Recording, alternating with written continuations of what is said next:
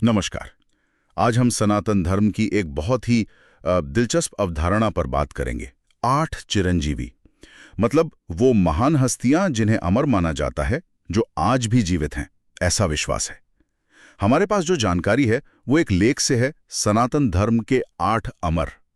तो चलिए इसी के आधार पर समझते हैं कि ये कौन हैं, क्यों अमर हैं और इनकी कहानियों में क्या छिपा है। ये सोचना ही अपने आप में काफी आकर्षक है कि हाँ, पौराणिक पात्र आज भी हो सकते हैं। हाँ बिल्कुल। और चिरंजीवी का मतलब ही है लंबी आयु वाला, या कह सकते हैं अविनाशी देह वाला। हाँ, पुराणों में इनका जिक्र है।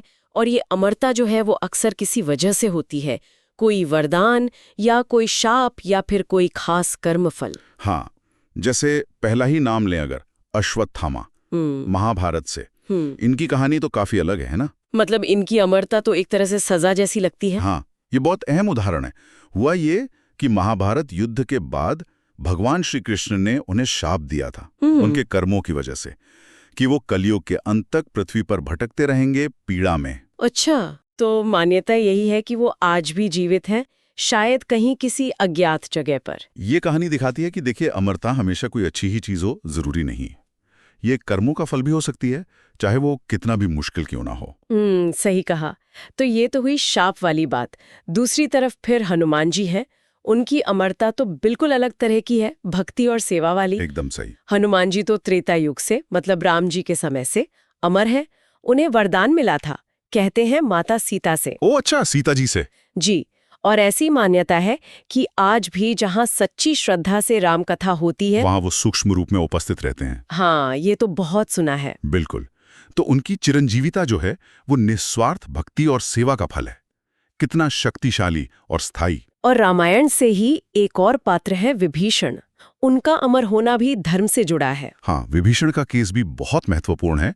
उन्होंने अधर्म यानी रावण का साथ छोड़कर धर्म मतलब राम जी का पक्ष लिया था। हाँ, अपने भाई के खिलाफ जाकर। जी। तो उन्हें भी चिरंजीवी होने का वरदान मिला, ताकि वो शायद लंका में या कहीं और धर्म की रक्षा करते रहें, मार्गदर्शन करते रहें।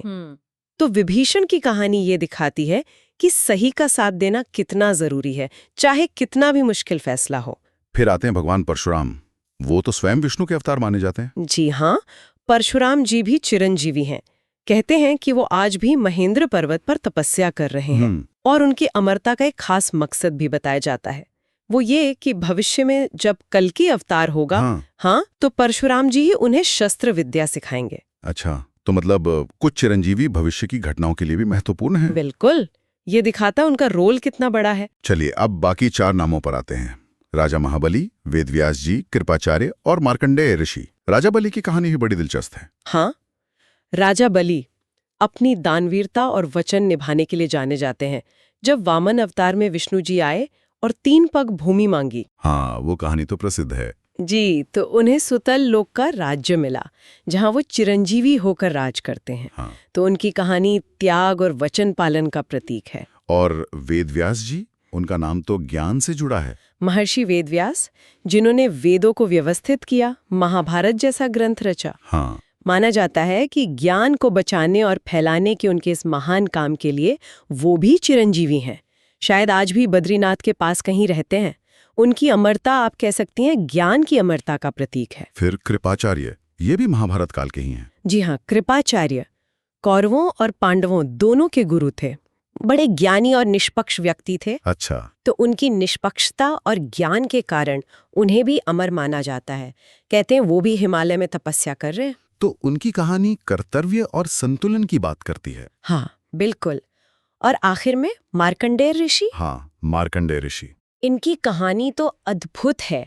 ये अल्पायु थे, मतलब इनकी उम्र कम थी, लेकिन इन्होंने इतनी घोर तपस्या की कि भगवान शिव प्रसन्न हुए और इन्हें चिरंजीवी होने का वरदान दिया। अच्छा। ये इतने लंबे समय से जीवित हैं कि कहते हैं इन्होंने कई कल्प यानी सृष्टि के चक्र देखे हैं।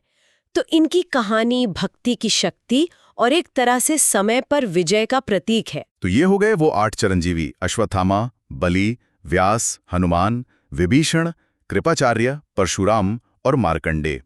हर किसी की कहानी बिल्कुल अलग, अमरता का कारण अलग और वर्तमान स्थिति भी शायद अलग-अलग बताई जाती है। बिल्कुल। और इन कहानियों का महत्व सिर्फ इन पात्रों तक ही नहीं है, ये हमें कर्म फल, भक्ति, निष्ठा, ज्ञान, त्याग और समय कितना विशाल है, इन सब गहरी बातों से जोड़ती हैं। हर चिरंजीवी की कथा एक तरह से जीवन के किसी न किसी मूल्य या सिद्धांत का प्रतीक है, जो आज भी उतना ही मायने रखता है। तो संक्षेप में कहें तो ये 8 महापुरुष सनातन परंपरा में अमरता के प्रतीक है, और ये विश्वास है कि वो आज भी किसी न किसी रूप में, किसी न किसी लोक में मौजूद हैं। हाँ, और ये मान्यताएं हमें सोचने पर मजबूर करती हैं। एक तो आस्था की अपनी एक शक्ति होती है, और दूसरा ये कि इन पौराणिक कहानियों में कितने गहरे सिंबॉलिक मतलब प्रतीकात्मक अर्थ छिपे होते हैं। हर कहानी अपने आप में विश्वास या कर्तव्य या भक्ति का एक बहुत शक्तिशाली संदेश देती है। अंत में बस एक विचार आता है मन में, क्या ये चिरंजीवियों की कहानियां सिर्फ पुरानी कहानियां हैं, या फिर ये आस्था और सच के बीच जो एक महीन सी रेखा है, उस पर किसी गहरे सत्य की तरफ इशारा करती हैं? ये एक सोचने वाली बात है।